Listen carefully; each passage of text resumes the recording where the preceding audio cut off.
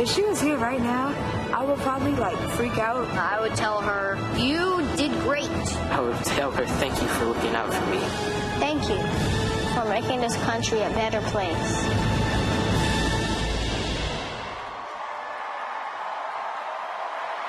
Ladies and gentlemen, please welcome First Lady Michelle Obama.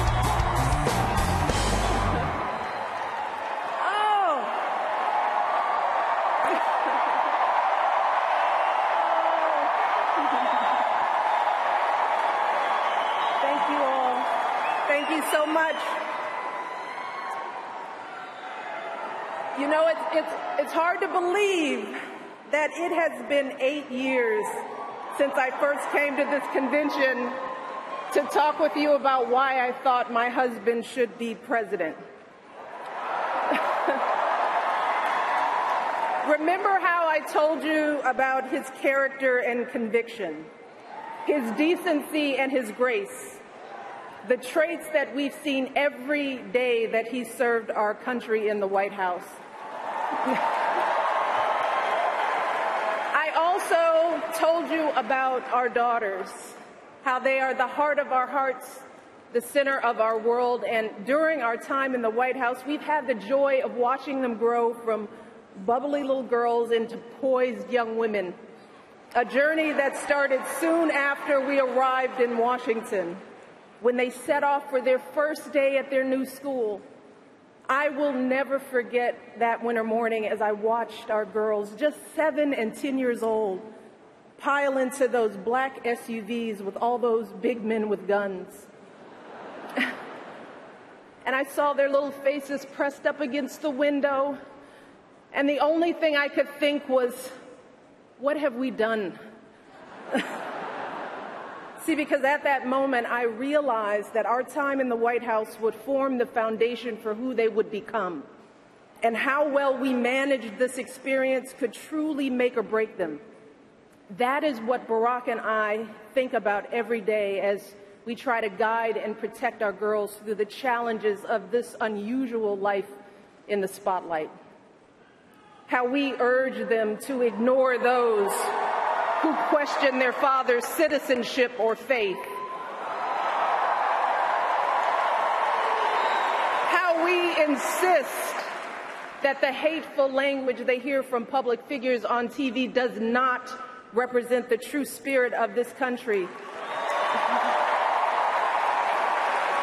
How we explain that when someone is cruel or acts like a bully, you don't stoop to their level. No, our motto is, when they go low, we go high.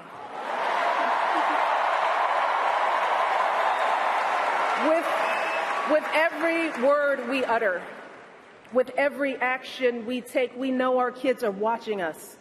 We as parents are their most important role models. And let me tell you, Barack and I take that same approach to our jobs as President and First Lady, because we know that our words and actions matter, not just to our girls, but to children across this country. Kids who tell us, I saw you on TV, I wrote a report on you for school.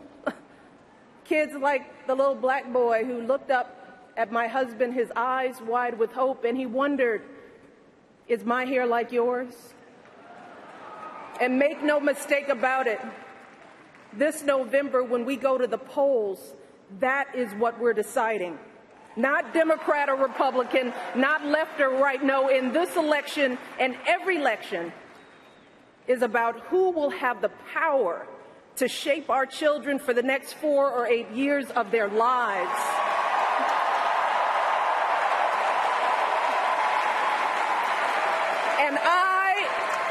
am here tonight because in this election, there is only one person who I trust with that responsibility. Only one person who I believe is truly qualified to be President of the United States, and that is our friend Hillary Clinton.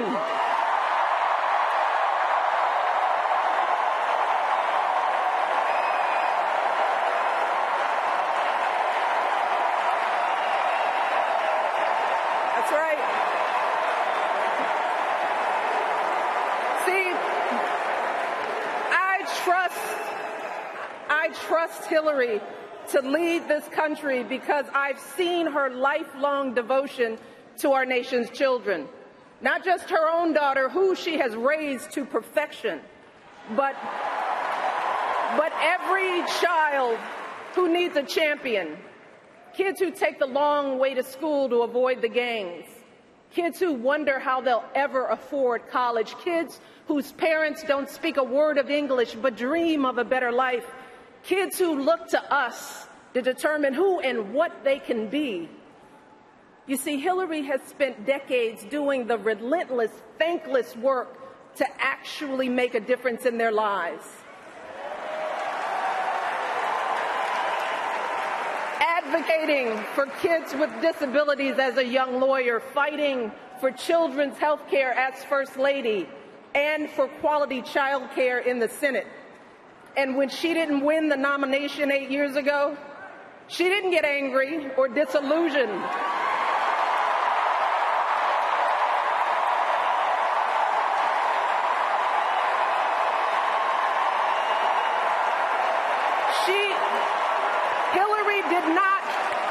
Hillary did not pack up and go home, because as a true public servant, Hillary knows that this is so much bigger than her own desires and disappointments.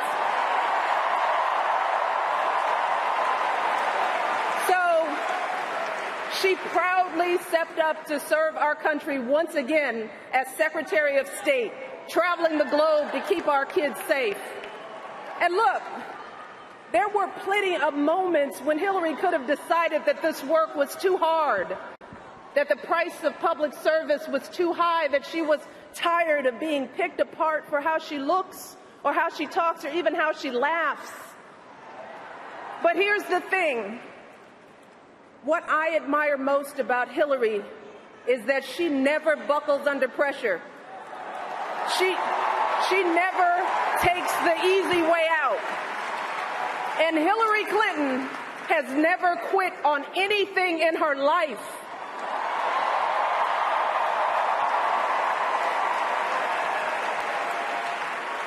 And when I think about the kind of president that I want for my girls and all our children, that's what I want. I want someone with the proven strength to persevere, someone who knows this job and takes it seriously. Someone who understands that the issues a president faces are not black and white and cannot be boiled down to 140 characters. Look, because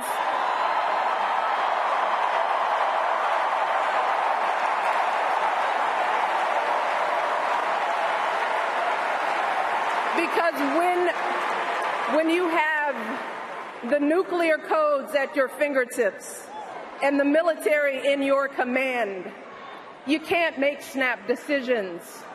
You can't have a thin skin or a tendency to lash out. You need to be steady and measured and well-informed.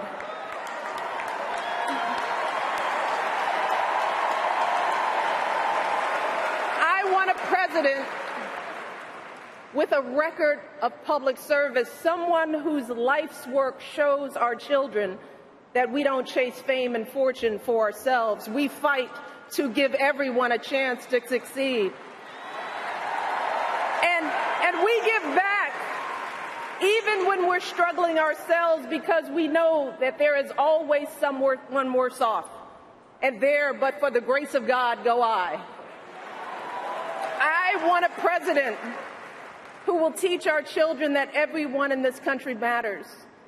A president who truly believes in the vision that our founders put forth all those years ago, that we are all created equal, each a beloved part of the great American story.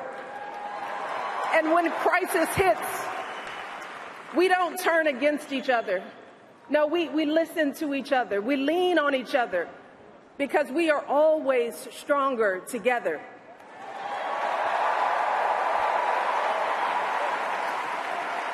And I am here tonight because I know that that is the kind of president that Hillary Clinton will be. And that's why in this election, I'm with her.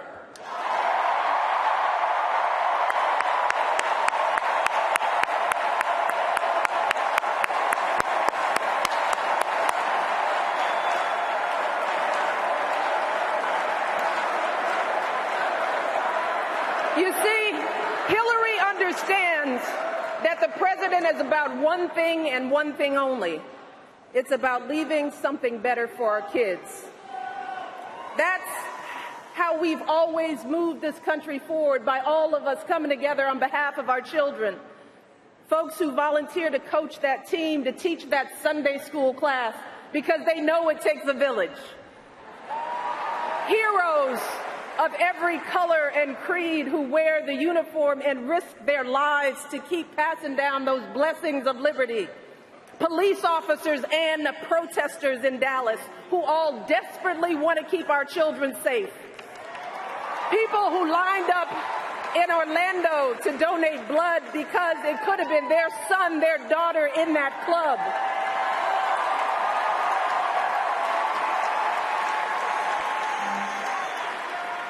Leaders like Tim Kaine,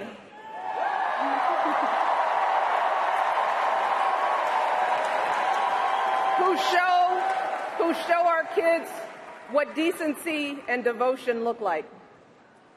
Leaders like Hillary Clinton, who has the guts and the grace to keep coming back and putting those cracks in that highest and hardest glass ceiling until she finally breaks through, lifting all of us along with her. That is the story of this country, the story that has brought me to this stage tonight, the story of generations of people who felt the lash of bondage, the shame of servitude, the sting of segregation, but who kept on striving and hoping and doing what needed to be done so that today I wake up every morning in a house that was built by slaves.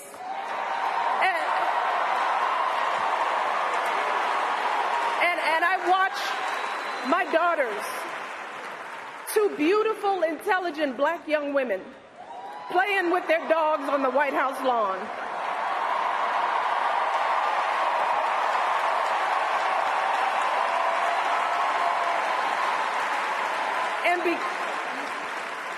And because of Hillary Clinton, my daughters and all our sons and daughters now take for granted that a woman can be president of the United States.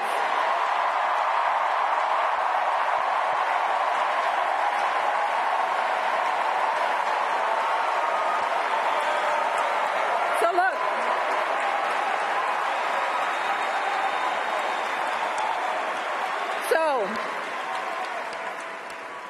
don't let anyone ever tell you that this country isn't great, that somehow we need to make it great again, because this right now is the greatest country on earth.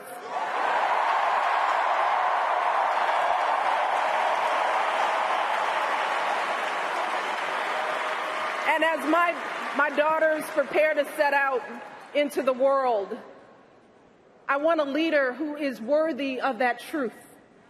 A leader who is worthy of my girls' promise and all our kids' promise. A leader who will be guided every day by the love and hope and impossibly big dreams that we all have for our children. So in this election, we cannot sit back and hope that everything works out for the best. We cannot afford to be tired or frustrated or cynical. No, hear me. Between now and November, we need to do what we did 8 years ago and 4 years ago.